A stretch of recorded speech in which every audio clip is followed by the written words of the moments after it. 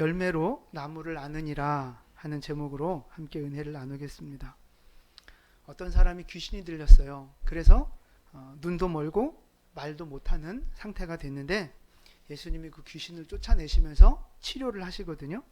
그러니까 이제 그 모습을 지켜보던 수많은 사람들이 깜짝 놀라면서 혹시 저분이 메시아가 아닐까?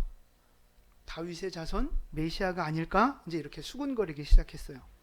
그러니까 그 소리를 듣고 있던 바리새인들이 이제 끼어들어서 한마디를 하는 겁니다.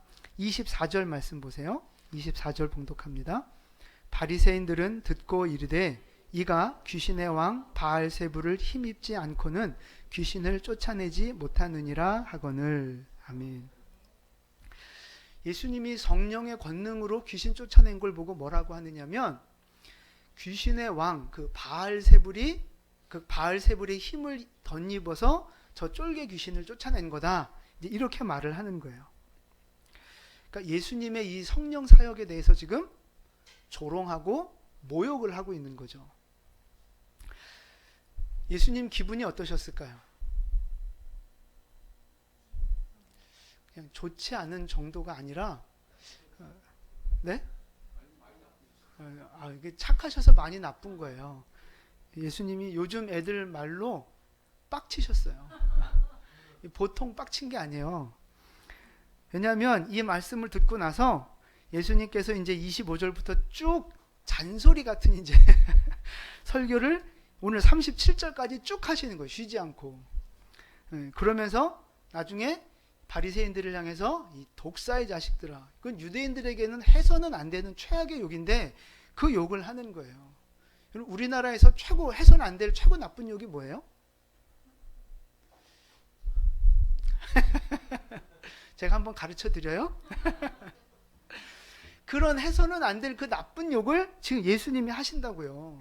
그러니까 그 거룩하신, 그 성품 좋으신 그 예수님이 얼마나 빡쳤으면 그런 쌍욕을 바리새인들에게 하셨겠어요.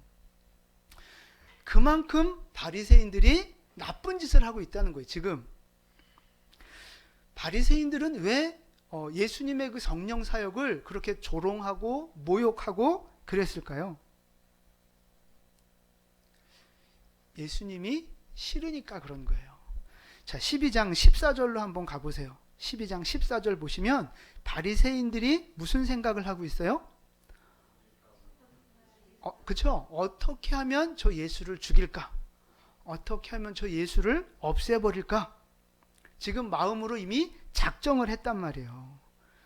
그러니까 이미 이 바리새인들의 마음속에는 예수에 대한 미움과 분노와 이제 이게 가득 차 있는 거예요. 그래서 불신앙적인 말을 하면서 예수를 비난하고 모욕하는 거죠.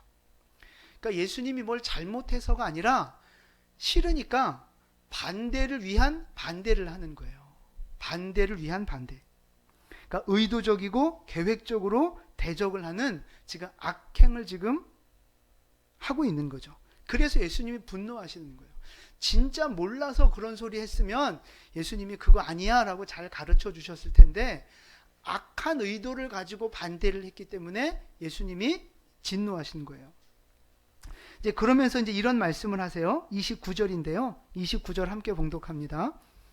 사람이 먼저 강한 자를 결박하지 않고서야 어찌 그 강한 자의 집에 들어가 그 세간을 결박한 후에야 그 집을 강탈하리라. 아멘.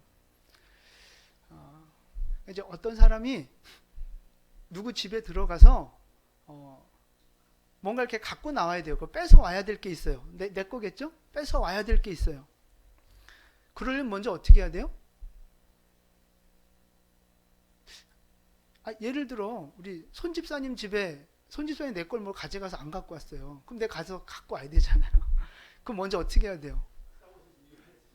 그래서 먼저 손집사님을 제압을 해야 그 다음에 이렇게 뺏어 나올 건데 나 그냥 죽으면 알래요. 그 주인을 제압을 하고 결박을 해야 그 다음에 내가 마음대로 내 빼앗긴 것들을 갖고 올 수 있단 말이에요. 예수님이 지금 그 말씀을 하시는 건데 이게 비유거든요. 비유.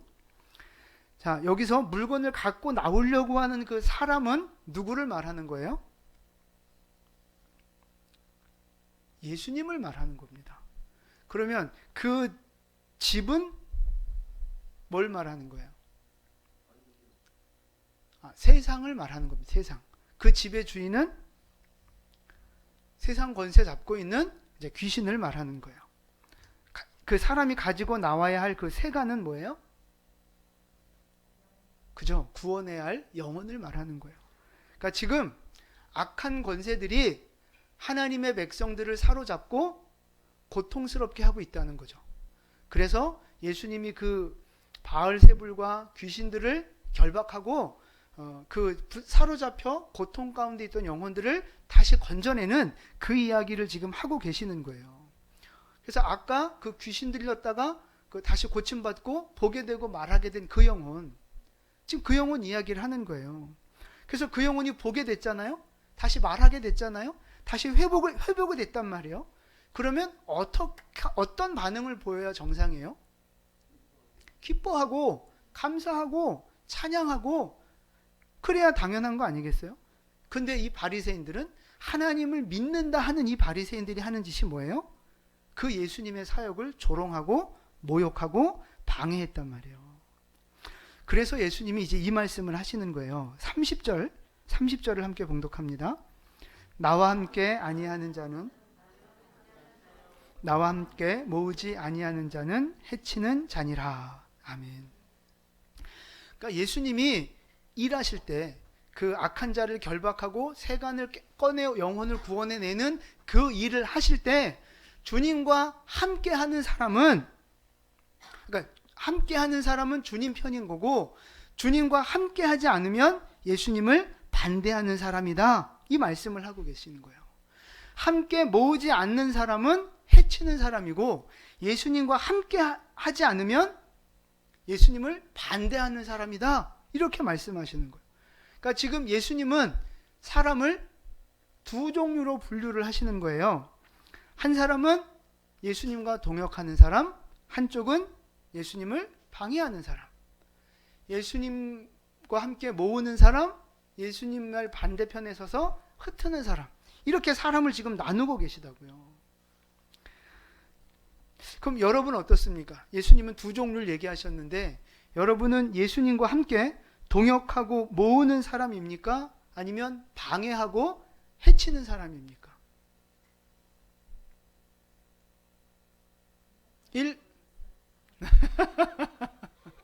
한 사람밖에 없어요? 이하동문이고 뭐 그냥 묻어 가시려고. 뭐 여러분들이 이렇게 자신 있게 대답 못하는 이유를 알죠. 네. 나는 예수님을 향해, 예수님 편에 서서 예수님과 동역하는 사람인가? 아니면 반대하고 회방하는 사람인가? 둘 다 놓고 이렇게 둘 중에 하나를 선택해야만 한다면 우리는 그래도 예수 믿는 사람이니까 예수님과 함께하고 동역하는 사람이라고 이어야 하겠지만 왠지 찝찝하지 않습니까? 왠지 좀 양심에 찔리는 것 같고.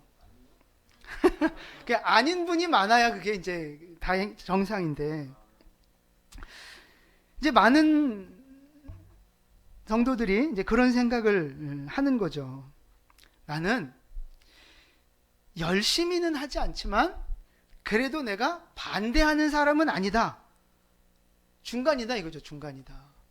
내가 열심히 뭐 사역을 하고 열심히 전도하고 내가 뭔가 이렇게 열심을 내는 사람은 아니지만 그렇다고 내가 대놓고 반대하고 뭐 교회 욕하고 이런 사람은 아니다. 그러면 많은 분들이 이렇게 생각하지 않을까? 생각이 들어요.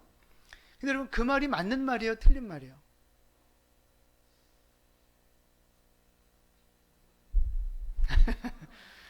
그러니까 예수님은 도움이 되는 사람, 방해하는 사람 둘로 나눴잖아요. 근데 우리는 지금 중간을 만들려고 한단 말이에요. 연옥을 만들려고 하고 있어요. 맞아요? 틀려요? 틀린 거예요. 틀린 거예요. 예수님이 말씀하셨잖아요. 함께 동역하는 사람이 아니면 반대하는 사람이라고요. 달란트 비유 아시죠? 예수님께서 달란트를 5달란트, 2달란트 그 맡은 자들이 장사해서 남기니까 뭐라고 말씀하세요? 그죠? 잘하였도다 착하고 충성된 종아, 축복하신단 말이에요. 그런데 한 달란트 받았던 종은 어떻게 합니까? 아니 어떻게 했어요? 그거를 달란트를, 그죠? 땅에 묻었다가 그대로 주인한테 드렸어요. 본전을 그대로 원금을 드렸단 말이에요. 자, 손해 봤어요? 안 봤어요? 안 봤어요. 그런데 주인이 돌아와서 뭐라고 그래요? 악하고 게으른 종아. 원금 손해 봤어요? 안 봤어요? 아, 그럼 본전 건졌으면 된 거 아니에요? 근데 왜 악하고 게으른 종이라고 하세요?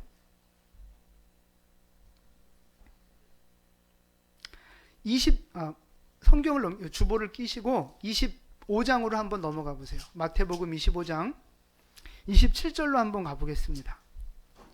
마태복음 25장 27절, 그 한 달란트 받았던 종에게 주님이 하시는 말씀입니다. 27절, 그러면 내가 마땅히 내 돈을 취리하는 자들에게나 맡겼다가 내가 돌아와서 내 원금과 이자를 받게 하였을 것이니라 하고.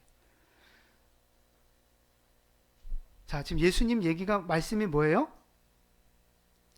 그 한 달란트 어디다 맡겼어야 된다는 거예요? 그죠? 장사하지 않을 거였으면 은행에라도 맡겨서 뭐를 남기라고요? 이자라도 남기라는 거예요. 이자라도. 그러니까 원금을 그대로 갖다 바쳤으면 이거는 본전이 아니고 손해인 거예요. 얼만큼 손해예요? 이자만큼 손해를 본 거예요. 예를 들어 1년 이자가 100만 원이었다 그러면 한 달란트와 100만 원을 들였어야 그게 남는 장사죠. 근데 한 달란트 그대로 들였으니까 얼만큼 마이너스예요? 이자만큼, 100만 원만큼 지금 마이너스인 거예요. 손해를 본 거죠. 그래서 주님이 악하고 게으른 종아 말씀하신 거예요. 그러면서 30절에 뭐라고 책망하시느냐? 30절 함께 봉독합니다. 이 무익한 종을 바깥 어두운 데로 내쫓으라. 거기서 슬피 울며 이를 갈리라 하니라. 아멘. 무익한 종이라 하시는 거예요. 본전만 갖다 드린 종은 무익한 종, 악한 종, 게으른 종이라 하는 거죠. 많이 못 남겨도 최소한 뭐는 남기라고요? 이자만큼은 남기라는 거예요. 그게 예수님이 우리에게 요구하시는 인생의 모습입니다. 남기는 인생이 되라는 거죠. 남기는 인생. 하나님 나라의 유익한 인생, 남기는 인생. 많이 못 남기더라도 최소한 이자는 남겨야지, 빈손으로 왔다 빈손으로 그냥 가면 그거는 본전이 아니고 악한 종이라는 거예요. 하나님 나라에 손해를 끼친 무익한 종이라는 것입니다. 그래서 우리 인생은 남기는 인생이 돼야 돼요. 사진 하나 보여드릴게요. 리어카를 끌고 가는 이제 모습입니다. 뒤에서 밀고 있는 분이 경찰관 아저씨인데 저 사진에 찍혀서 좀 유명해지셨어요.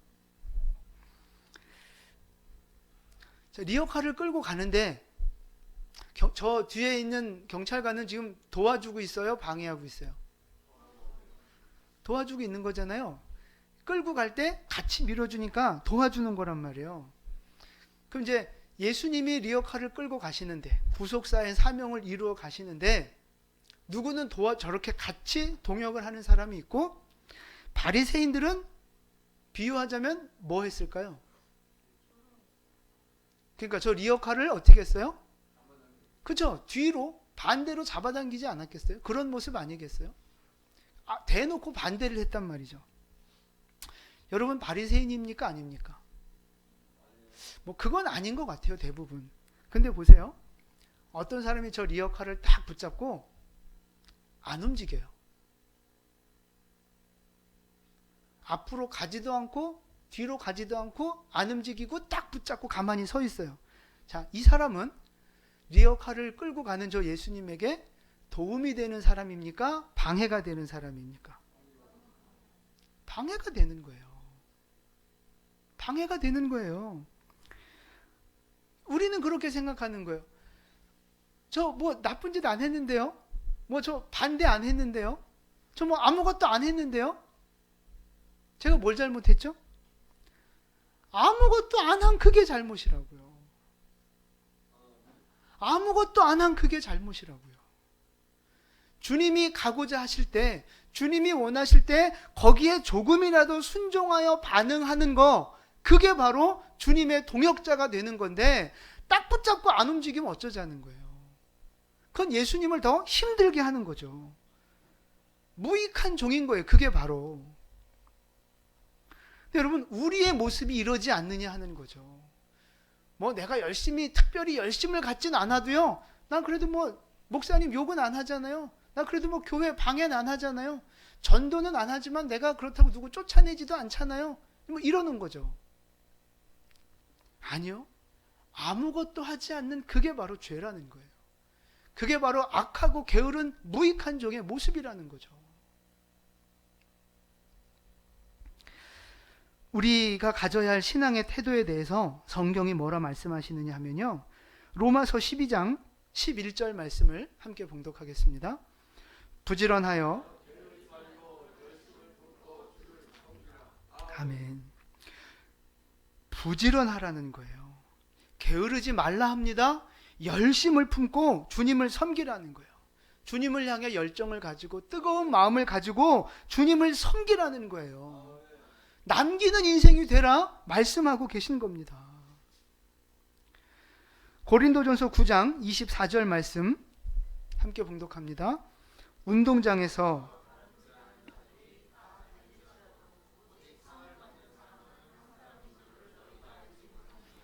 너희도 상을 받도록 이와 같이 다름질하라. 아멘. 달리기 선수가 상 받으려면 어떻게 달려요? 최선을 다해서 열심히 젖먹던 힘까지 숨이 턱에 차도록 달리잖아요. 신앙생활을 그렇게 하라고 말씀하시는 거예요. 최선을 다해서. 적당히 대충 하는 게 아니라 최선을 다해서 달리는 인생. 너희도 상을 받도록 이와 같이 다름질하라. 주님은 우리가 그렇게 달리는 신앙생활 하기를 원하신다는 거죠. 열심히 기도하고, 열심히 예배하고, 열심히 찬양하고, 열심히 전도하고, 열심히 주님 말씀에 순종하고, 아무도 아멘을 안 하시네요. 그러다 이제 달리다가 자빠지는 이제 큰일 나요. 주님이 부르신 그 상급을 바라보면서 남기는 인생이 되기 위해서 최선을 다해 달리는 거예요. 기도하는 일에, 말씀 보고 예배하는 일에, 교회를 섬기고 하나님 나라 확장하는 일에 최선을 다해서 우리는 달려가야 되는 거예요. 예수님이 원하는 신앙생활은 그거라고요. 우리는 자꾸만 이것도 아니고 저것도, 제가 양다리 좋아한다고 맨날 그래서 그런지 여러분들 자꾸만 이것도 아니고 저것도 아니고 중간에 머물려고 하는데 조금이라도 남기는 인생이 돼야 한다는 것입니다. 근데 여러분 지금 어떠십니까? 예수님과 동역하고 계십니까? 남기는 인생, 달려가는 인생을 살고 계십니까? 아니면 예수님의 길을 방해하는 사람이 되고 계십니까? 여러분 지금 어떤 모습으로 신앙생활을 하고 계십니까?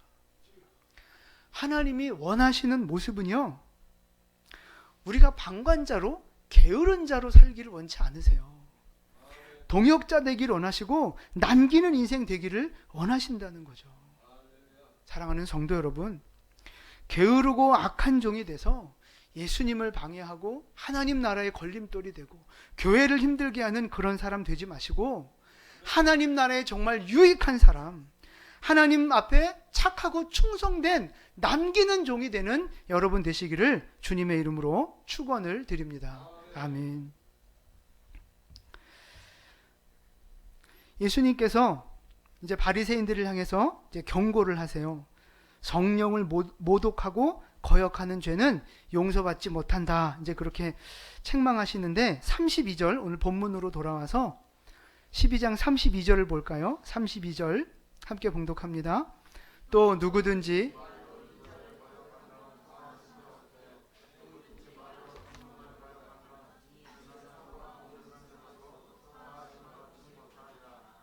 아멘. 바리새인들이 성령을 어떻게 거역했어요? 말로 거역했어요. 말로. 성령의 역사를 귀신의 역사라고 비방하고 모욕하고 조롱했단 말이죠. 그러면 그 죄는 용서받지 못하는 죄라는 거예요. 그러니까 여러분, 하나님이 역사하시는 그 모습들이 참 다양하거든요. 근데 우리는 잘못 내 경험에 어떻게 갇혀서 하나님의 역사를 제한하고 뭐 좀 특별한 사역을 하면 저거 이단 아니야? 저거 좀 이상해? 사이비 아니야? 이제 이렇게 말할 때가 참 많거든요. 조심하셔야 돼요. 자칫 잘못하면 성령을 회방하고 모욕하는 죄가 될 수 있어요.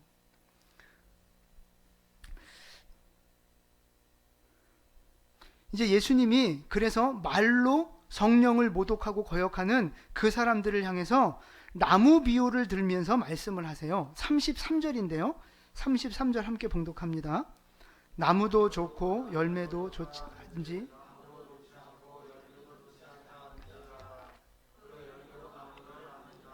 아멘.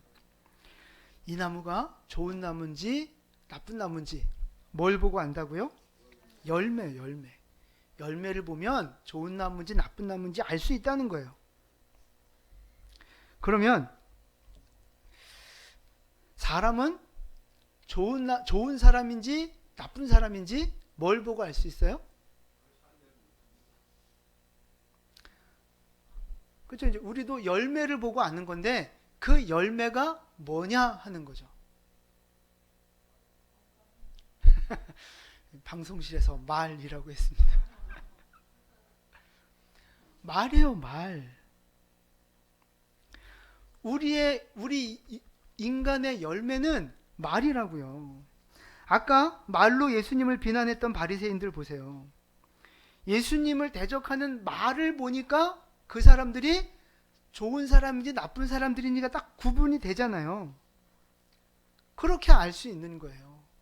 그러니까 말을 봐야 돼요. 말을. 저 사람이 믿음의 말을 하는가, 긍정의 말을 하는가, 선한 말을 하는가. 그럼 그 사람은 좋은 사람이에요. 근데 부정적인 말을 하고 불신앙의 말을 하고 정죄하고 비난하는 말을 한다면 그 사람은 나쁜 사람인 거예요. 나쁜 사람. 그래서 예수님이 바리새인들한테 뭐라 그래요? 독사의 자식들아. 나쁜 놈이니까 나쁜 놈아 그렇게 말씀하시는 거예요.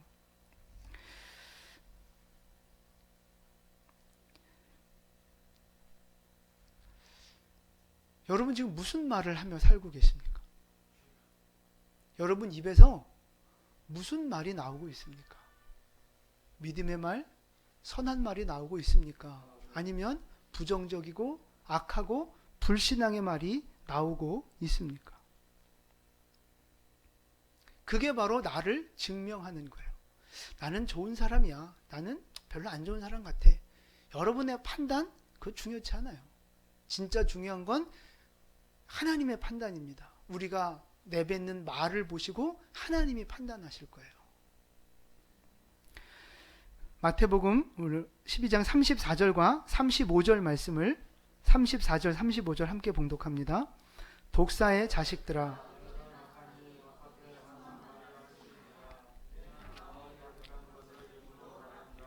선한 사람은 그 쌓은 선에서 선한 것을 내고 악한 사람은 그 쌓은 악에서 악한 것을 내느니라. 아멘. 바리새인들이 악한 말을 낼 수밖에 없었던 이유가 뭡니까? 그쵸? 마음속에 뭐가 있어요? 악한 생각이 가득 차 있었기 때문에 입으로 악한 열매가 맺혀질 수밖에 없었다는 거예요. 반대로 마음속에 선한 것이 가득 차 있으면 그죠? 선한 말이 나오겠죠. 믿음의 말이 나오겠죠. 하나님의 거룩한 은혜가 우리의 가슴속에 차고 넘치면 늘 긍정의 말이 나오고 믿음의 말이 나오고 하늘의 말들이 나오겠죠.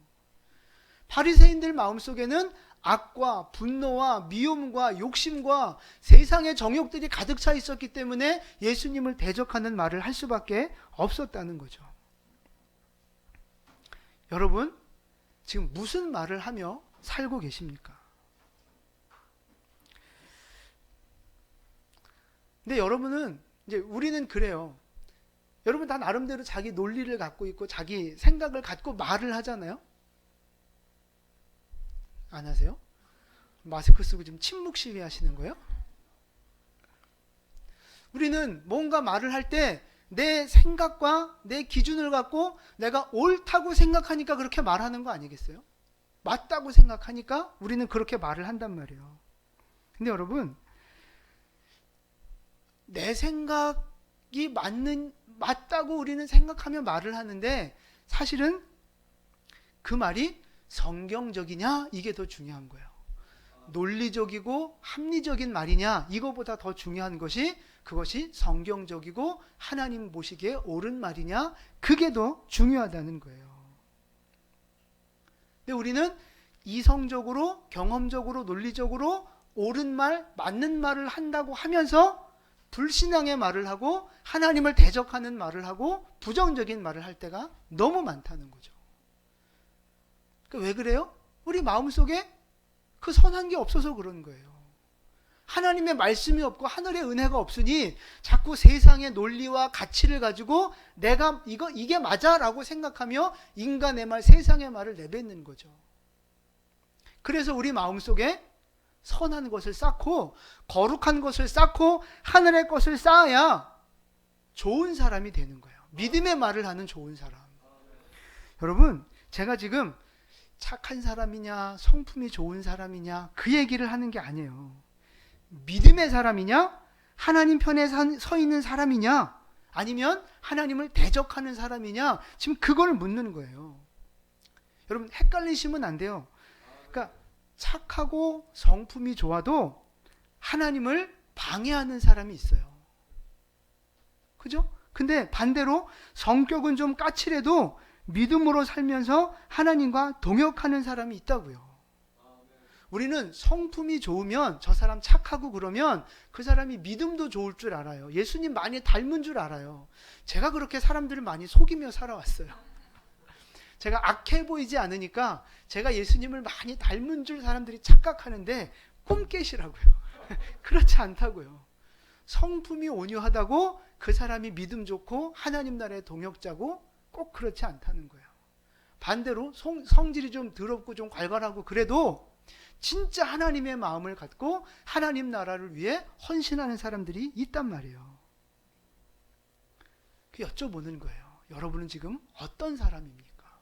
어떤 인생을 살고 계십니까? 우리의 성품은 좀 부족해도 우리의 마음속에 선한 것을 담아 선한 것을 말하며 하나님 편에서는 우리 모두가 되시기를 축복합니다. 여러분, 원래 나쁜 사람, 원래 믿음 좋은 사람, 원래 착한 사람, 이런 사람은 없어요. 그러면 어떻게 이런 사람이 된 거예요? 어떻게 해서 이 인간이 된 거예요 지금? 마음속에 무엇을 쌓았느냐에 따라서 그 인생이 달라지는 거예요. 마음속에 선한 것을 쌓고 거룩한 것을 쌓으면 믿음의 사람이 되는 거고요. 마음의 세상의 욕심과 죄와 악한 것을 쌓으며 살아가면 불신앙의 사람이 되는 것입니다.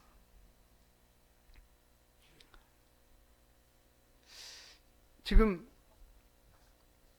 여러분은 무엇을 쌓고 계십니까? 여러분 마음속이 무언가로 지금 계속 채워지고 있는데 무엇을 쌓고 계시느냐 하는 거예요.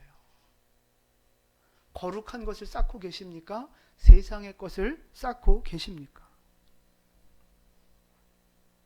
선한 것을 쌓아야, 거룩한 것을 쌓아야 우리가 좋은 나무가 되어 하나님 앞에 좋은 열매를 맺는 사람이 될 수 있다는 것입니다. 그럼 질문, 어떻게 하면 선한 것을 많이 쌓을 수 있어요, 내 마음속에?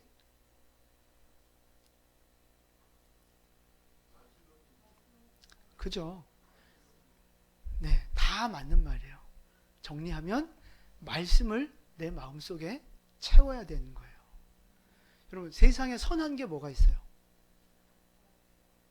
선한 게 뭐가 있어요? 없어요. 단 한 분? 하나님 한 분만 선하세요. 선하신 하나님의 말씀, 그게 선한 거 아니에요? 그 하나님의 말씀으로 나를 채울 때 우리의 마음이 선하게 바뀌어지고 선한 열매를 맺게 되는 것입니다. 그래서 여러분 말씀이 중요한 거예요. 말씀을 많이 듣고 말씀을 많이 묵상하고 많이 읽고 말씀을 선포하고 그래야 우리의 마음속에 선한 것이 쌓여지는 것입니다. 여러분 50운동 매일 큐티하는 거, 저 50운동 여러분 저거 진짜 중요한 거예요. 진짜 중요한 거. 시간 되면 읽고 아니면 말고 이게 아니고요. 반드시 하셔야 됩니다. 그리고 요즘 유튜브에 훌륭한 목사님들 설교들 얼마나 많이 나와요. 뭐 누가 있죠? 오홍일 목사님, 그렇죠? 아유 집사님 오늘 짜장면 꽃배기. 네. 훌륭한 목사. 아유 갑자기 민망해지네. 네. 그런데 왜 구독수가 얼마 안 되죠? 조회수도 얼마 안 나오고.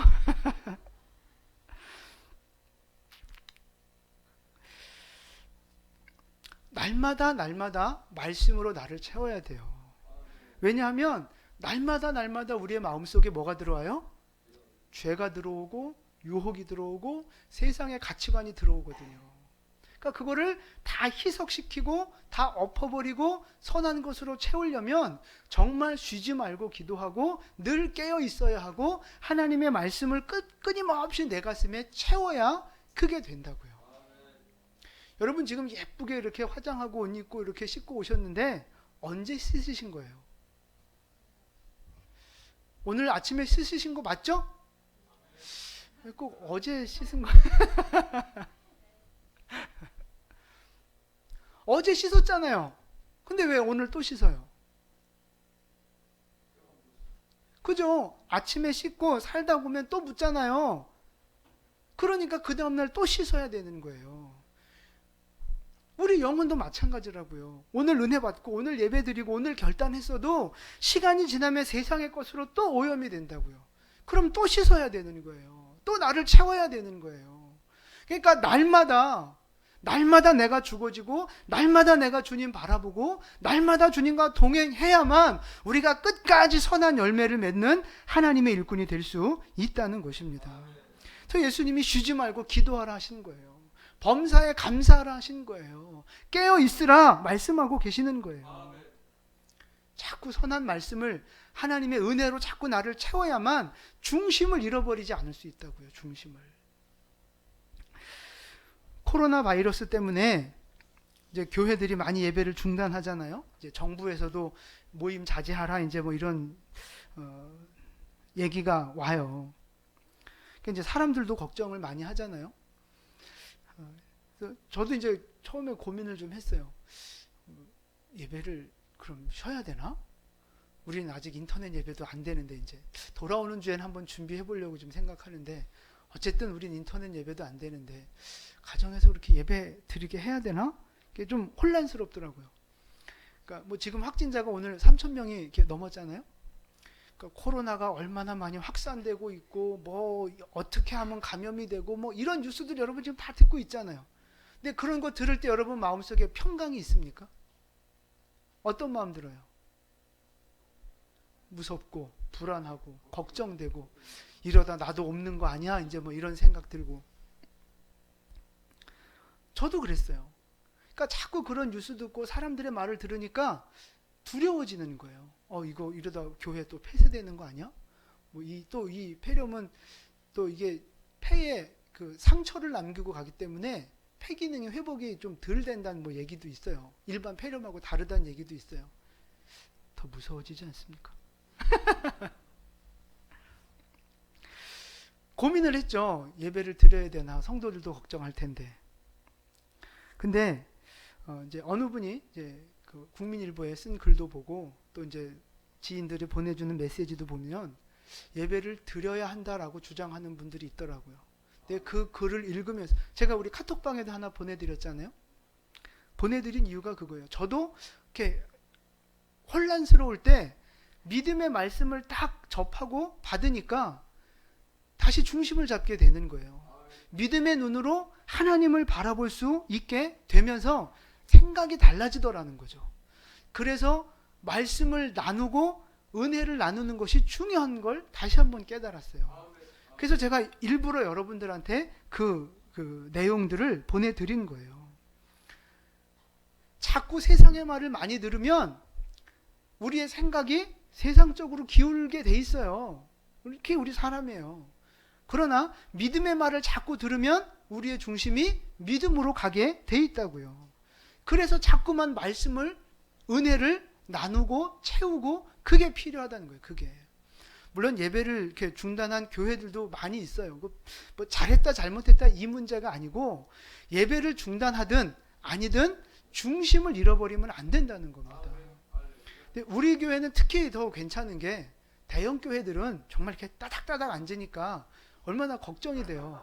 근데 우리는 널널해. 누워도 돼. 오늘 일부에 엄청 많이들 나오셔가지고 그러니까 이제 사람 없을 때 얼른 드리고 가야지 이제 뭐 이래서 오신 것 같아요.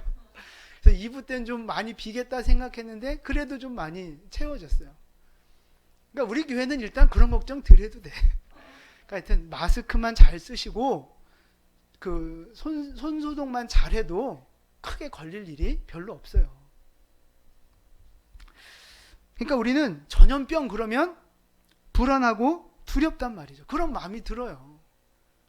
근데 그걸 알아야 돼요. 이 전염병도 하나님의 다스림 안에 있다는 거죠. 우리의 생사, 화복 모든 것들이 다 하나님의 다스림 안에 있는 거예요. 우리가 지난주에 시편 91편 말씀 봤잖아요. 하나님을 경외하는 자, 그 사람에게 어떤 은혜를 베푸셔요? 전염병이 가까이 오지 못하는 거예요. 재앙이 가까이 오지 못하는 보호하심의 약속을 하나님이 주셨잖아요. 그러니까 개인적으로 육신적으로 우리가 조심하고 준비해야 하지만 영적으로는 더욱 하나님을 바라보는 믿음의 회복이 우리에게 필요하다고요. 근데 우리는 그 육신적인 이제 그 두려움 때문에 믿음까지도 포기하고 버리는 모습들이 생기면 안 된다는 거예요. 베드로가 그랬잖아요. 무리를 걸을 때 예수님 볼 때는 담대하게 걸어갔지만 풍랑을 보니까 두려움에 들어서 빠져갔잖아요. 지금 오늘 우리가 그 베드로의 모습일 수 있다고요. 그래서 무엇을 보느냐, 어디에 집중하느냐, 이게 참 중요한 거예요. 우리는 믿음이 있으니까, 성령 충만하니까 바이러스 다 이길 수 있어. 그러면 신천지야, 그거는. 신천지는 안 죽는데요, 걔네는 교리가. 그러니까 난 걸려도 괜찮아, 뭐 이게 미친 짓 하고 다니는 거예요. 우리는 믿음이 있어도 걸릴 수 있어요, 조심 안 하면. 또 뭐 하나님 섭리 가운데 걸릴 수도 있죠. 어쨌든 조심할 건 조심하면서도 하나님 앞에서 우리가 지킬 건 지키고 해야 할 건 해야 한다는 거죠. 우리는 전염병도 두려워하고 조심해야 하지만 그보다 더 하나님의 주권을 인정하고 하나님을 두려워하는 믿음의 모습이 우리에게 있어야 한다는 것입니다. 코로나뿐이겠어요? 우리의 삶 가운데 또 다른 더 큰 전염병이 앞으로 얼마든지 올 거라고요. 또 그것 말고도 물질의 문제, 환경의 문제, 여러 가지 인생의 문제들이 우리의 삶 가운데 계속 있잖아요. 그럼 그럴 때마다 두렵고 무서울 때마다 뒤로 쑥 빠지고 예배 안 드리고 그 세상을 더 의지하고 이렇게 사실 거예요? 그게 아니라고요. 역대하 7장 13절과 14절 말씀입니다. 솔로몬이 성전을 건축했을 때 하나님께서 주신 말씀인데요. 함께 봉독하겠습니다. 혹 내가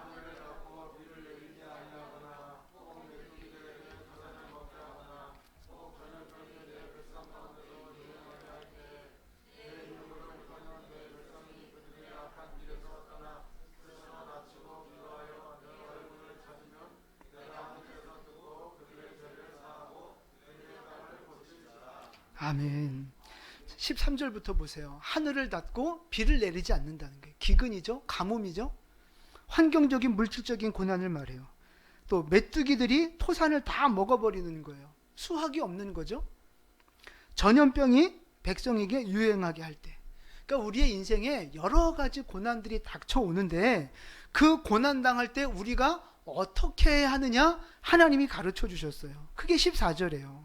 하나님의 백성은 뭐 해야 돼요? 그저 악한 길에서 떠나 스스로 낮추고 기도하여 겸손하게 하나님 얼굴을 구하며 회개하는 거예요. 다시 하나님을 바라보는 믿음이 필요한 거죠. 믿음의 결단이 우리에게 필요한 거예요. 그럴 때 하나님이 우리를 다시 고치시겠다 약속하셨어요. 근데 우리는 자꾸만 인간적인 생각과 계산과 의료적인 과학적인 것만 의지하려고 하는데, 그것도 필요하지만 결국 그 모든 주권은 하나님께 있다고요. 하나님께. 그러니까 육신이 건강하고 육신이 회복되고, 이거보다 더 중요한 것이 우리의 영혼이 회복되고 믿음이 회복되는 거, 다시 하나님 앞에 거룩함을 회복하는 거, 그게 진짜 이 시대에 우리에게 하나님이 원하시는 모습인 줄 믿으시기를 바랍니다. 그렇게 우리의 믿음이 회복될 때 전염병도 고치시고 메뚜기와 기근의 재앙도 하나님이 축복으로 바꿔주시겠다고 약속하고 계세요. 여러분, 그 하나님을 바라보실 수 있기를 축복합니다. 이렇게 설교했는데 우리 교회에서 확진자 나오면 어떻게 해야 돼요? 안 나오길 저도 바라고 기도하지만 시편 92편 말씀을 전 우리 교회를 향해 선포하고 있어요. 안 나오길 바라지만 혹 나올 수도 있어요. 하나님 우리의 교만을 깨트리시기 위해서. 그럼 어떻게 해야 돼요? 소독하고 다시 모이면 되지 뭐 어쩔 거야. 안 그래요? 아니, 다 위험하지만 조심스럽게 조심하면서 직장 출근하고 공장은 돌아가고 장사는 하고 다 하잖아요. 근데 왜 예배만 자꾸 못 모이게 하냐고요.